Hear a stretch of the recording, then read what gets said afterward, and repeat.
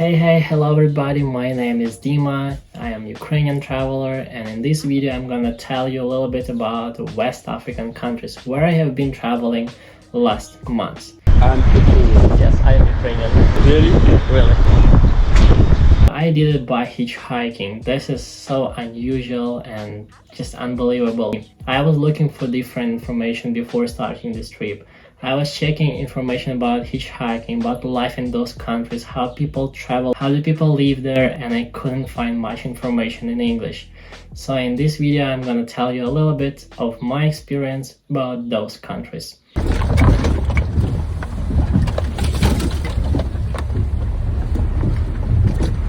My journey was started from Senegal. This is the first country which I went to West Africa. The flight from Italy, the airline called Naos Airlines from Milano or from Verona, you can find it. And then I went to Gambia. This was the first hitchhiking experience for me in West Africa, and I just took a risk on myself to experience that and show you in this video.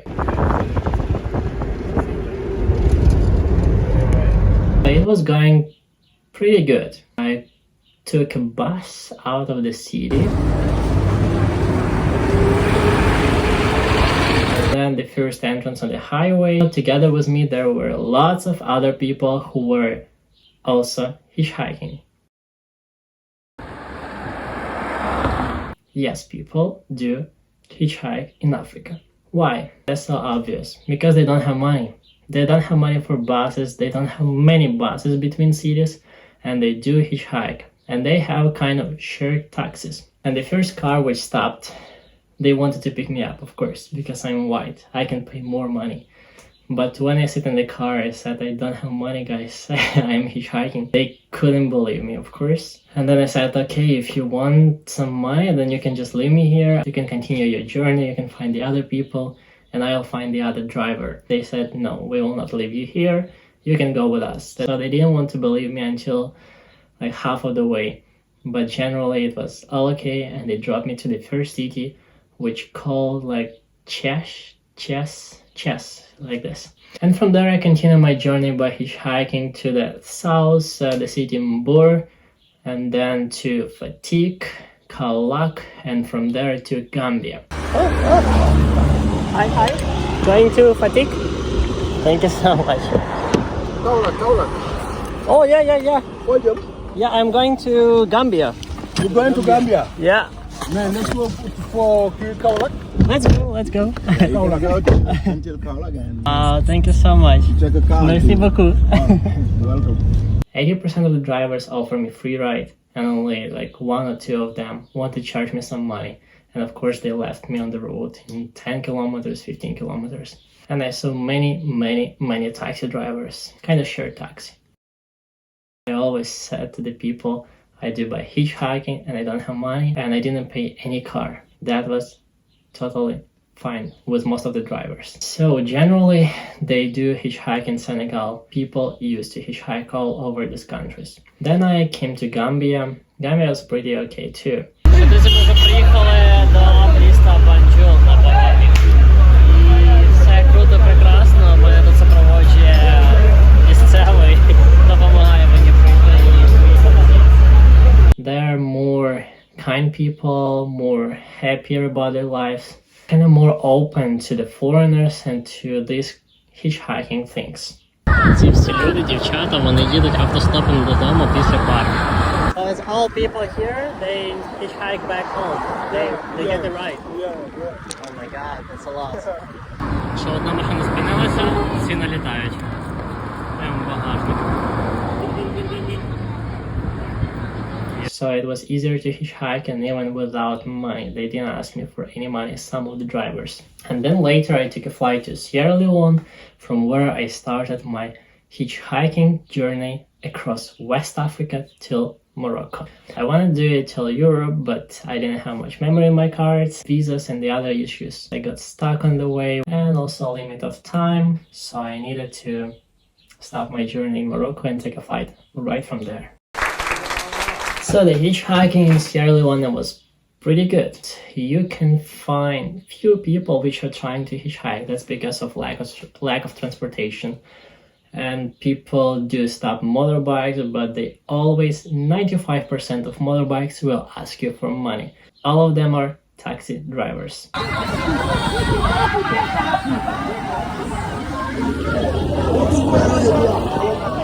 Some of the cars, they can drop you. They will not ask you for money. And then why I hitchhiked, some private cars and also some other cars, also private ones, which were more rich. When you're old enough now to get married, family, you just So that's the reason of travels. Like, You will see the cars which are not destroyed, not broken, not any scratches on them. That means they're kind of rich people and they have newest cars, and you will not see many of them in the country. They can stop for you very hardly, give you a ride, but you have to look properly dressed. And especially as a foreigner, you have some privilege. я зробив такий висновок, що всі машини, які зупиняються вам в Сєра-Леоне, вони або мажори, або бізнесмени, або просто багаті люди. Не зупиняються, не мають, точніше, автівок інша частина населення, вони користуються тук-туками, мотобайками між містами, або якимись автобусами, яких я не бачу взагалі. Тому якось рухаємось, але з важкістю. Hitchhiking in Sierra Leone was pretty successful too. So this country is kind of okay for hitchhiking. I would give like 8 of 10 points for hitchhiking. That's kind of easy. So you can try, you can experience that, but I think as deeper you go inside the country, then it's harder gets to get it right. Less cars, less people, less chances to hitchhike. So the next I went to the west. Next country was Guinea-Conakry. And this country was fine with hitchhiking. There are many cars, and that's good because you have cars, you have opportunities to hitchhike. You have motorbikes and you have many options of trucks and private drivers. To Conakry? Can I go with you? Thank you so much. Thanks a lot. But the country is pretty poor and expect people to charge you some money for this. So don't forget to mention that you are doing hitchhiking and you don't have money. I said, Salar John, no money. Okay? Thank you.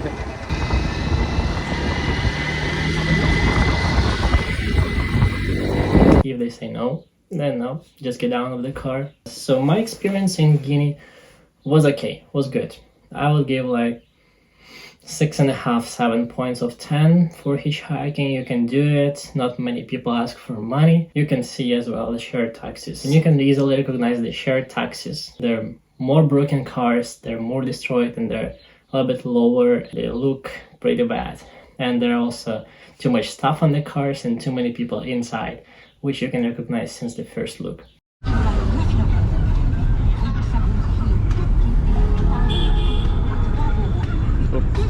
And also, you can see those people who need money from you. And then I went from Guinea-Conakry to Guinea-Bissau. I decided to cross the border through the jungle. It's right closer to the sea, like around 100 kilometers from the sea. This is the first border checkpost from Guinea-Conakry. You can go from the north on the main road. It will be a little bit easier to catch a ride, maybe more successful for hitchhikers. I decided to go on the smaller road where you are not able to hitchhike at all. There is the unpaved road path through the forest. There are no any cars and there are even no any proper villages on that side. So in that case I took a motorbike from the city. I forgot what was the city. I will write it here. До речі, друзі, готуємося до хардкору. Бачите на цьому байку, які в нього колеса оранжеві. Таке ж саме я буду оранжевий після поїздки.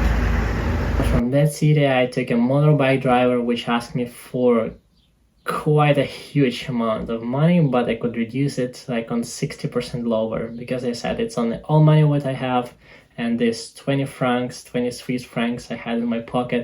If you want to take it, you can take it. I don't have anything left. I like it now. Ще не поміняв 20 швейцарських франків на 140 місцевих тисяч, і це Це, звичайно, розвод, але головне, що я поїду до кордону за цю суму, бо тут мені пропонують в рази більше. So that cost me approximately $25-30 for the ride to the border. Then you pass the border on the motorbike and then you go to Guinea-Bissau. Guinea-Bissau was totally different experience. It's way different from Sierra Leone and Guinea-Conakry and Senegal. There are no cars. Знаєте, друзі, тут не то, що порожнеча, тут взагалі нікого немає. One car in half an hour maybe. There are like not much transportation. Якісь поселення є, машини стоять, ніхто не їде. Чи це просто обідня пора така, що ніхто не рухається? Дивно. Нічого, чекаємо. Я нікуди не спішу. People used to walk a lot from the schools, from their workplace to homes to parents. Even children go to school kilometers and hours.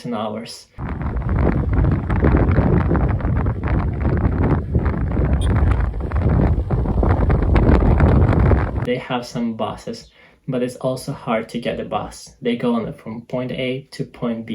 On the way they stop only if they have a space. If they don't have space, you don't catch a bus on the road. They're all fully full. Even at the bus station, it's hard to get in the bus. So that's the main problem of the Guinea-Bissau, that you don't have transportation and it's hard to hitchhike only because of this. Ось, друзі, що й варто було очікувати. Повна тиша. Отак от стопиться в Гвінеї-Бісау. Але якось то люди пересуваються. For Guinea-Bissau, I would give like 3-4 maximum points of 10 for hitchhikers, for hitchhiking.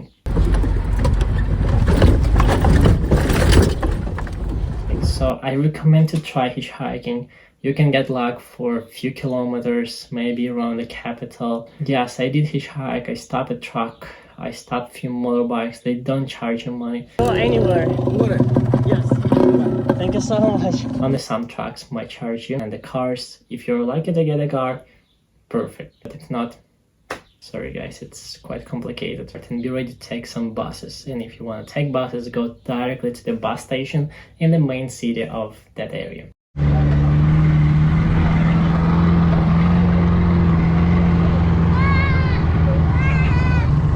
Then the next we are moving to Senegal, and from Senegal, from Ziguinchor, I took a ferry to Dakar, and from Dakar I hitchhiked to Saint Louis, and that was successful. That was easy. Another thing there was pollution and lots of sand, and that's all, and hot temperatures.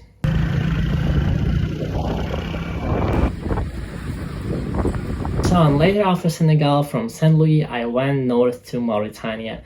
The first what I got, this is charge on the border. They just rip you off as a foreigner. They ask you to change from dollars to euros, all the currency, because in Mauritania kind of do not accept dollars. This is not true.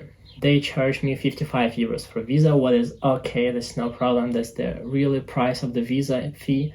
1,100 Ogia local currency for the stamp, for just the simple stamp in the passport. Заплати за візу 55 євро, заплати за штамп ще 30 євро, заплати ще за човен, за себе і за супровід, який в тебе там збоку прибився якогось хріна, ти його хрін не знаєш.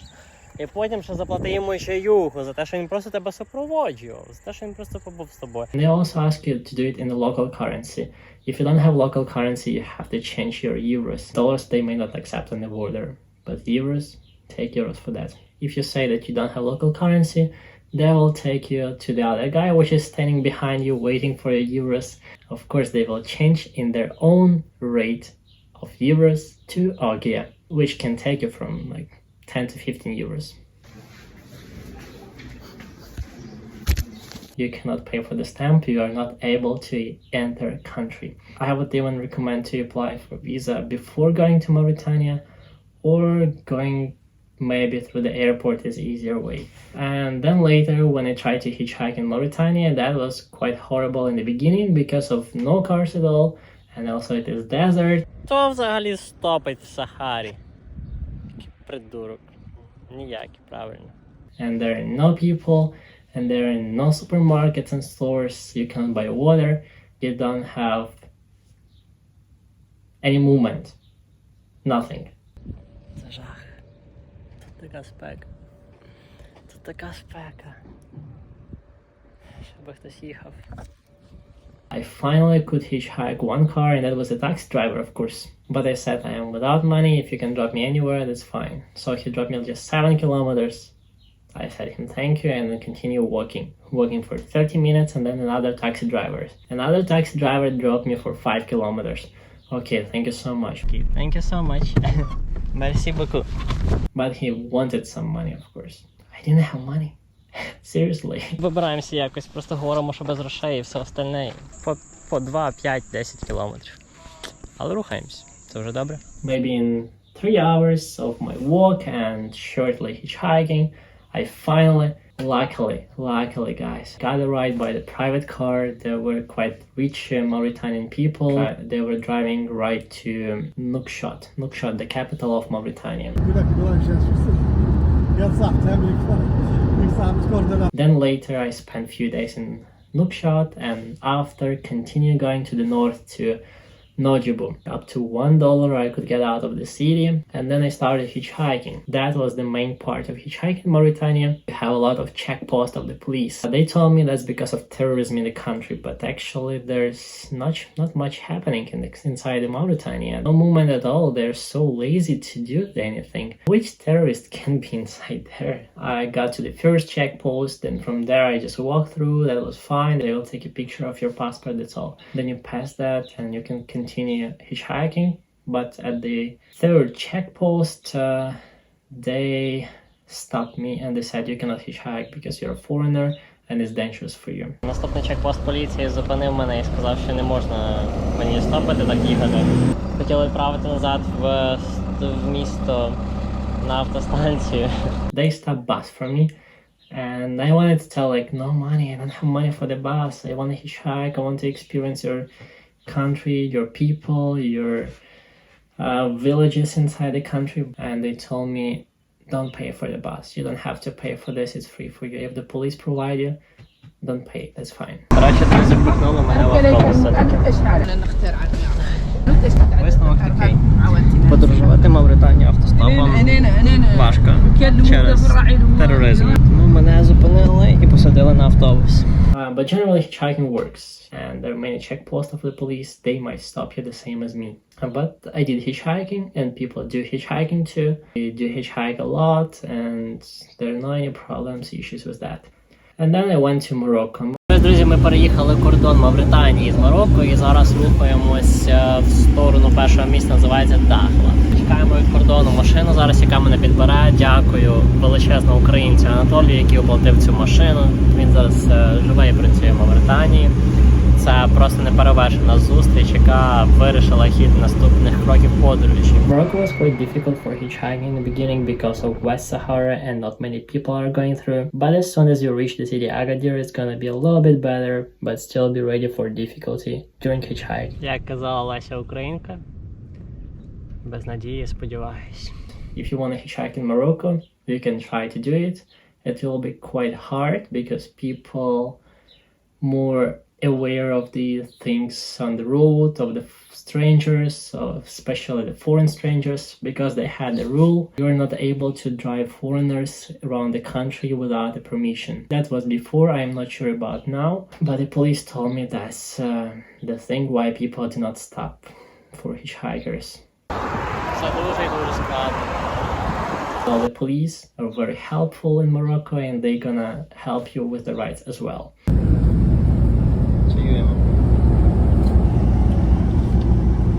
In Morocco, people are very nice. They're very helpful, and if they see you on the road, especially the hard believers in Islam, they will take care of you, and all is gonna be fine. Generally, quite difficult to find a ride. You will spend approximately like 30 to 50 minutes for one car, or maybe up to 1 hour, 1.5 hours in some other areas. So you can try to do it, you can try to experience, and just up to your luck. If you like it, you will get a ride. If not, you will just go to the police and ask for the ride. And they will, of course, they will help you. So guys, that's all information from me about hitchhiking in West Africa. In the conclusion, I'm gonna tell you the main things about hitchhiking in West Africa. First, everybody is hitchhiking. Everybody. But most of people pay for that. So be aware of the money. Tell them no money in French language or the local language we use in those countries. The second thing, be ready to the dust, sand, and really difficult hot temperatures, dirty stuff, sandy roads, and a lot of pollution. And the last thing, just try to get as much as possible for your memories. Don't hesitate to hitchhike in West Africa, to get to know those people, to get yourself into adventure. This is your only life, so live it fully and try your best to get more memories from all of it. So I totally recommend to try it, just for getting more of those countries while you're traveling. So guys, thanks so much for watching this video. Don't forget to like this video, subscribe on the channel if you would like to see some more videos and more adventures of my travels. And don't forget to check out my Instagram and Telegram channel. It is in Ukrainian, but also you can translate automatically in English if you want to see more online adventures of my journey in this world.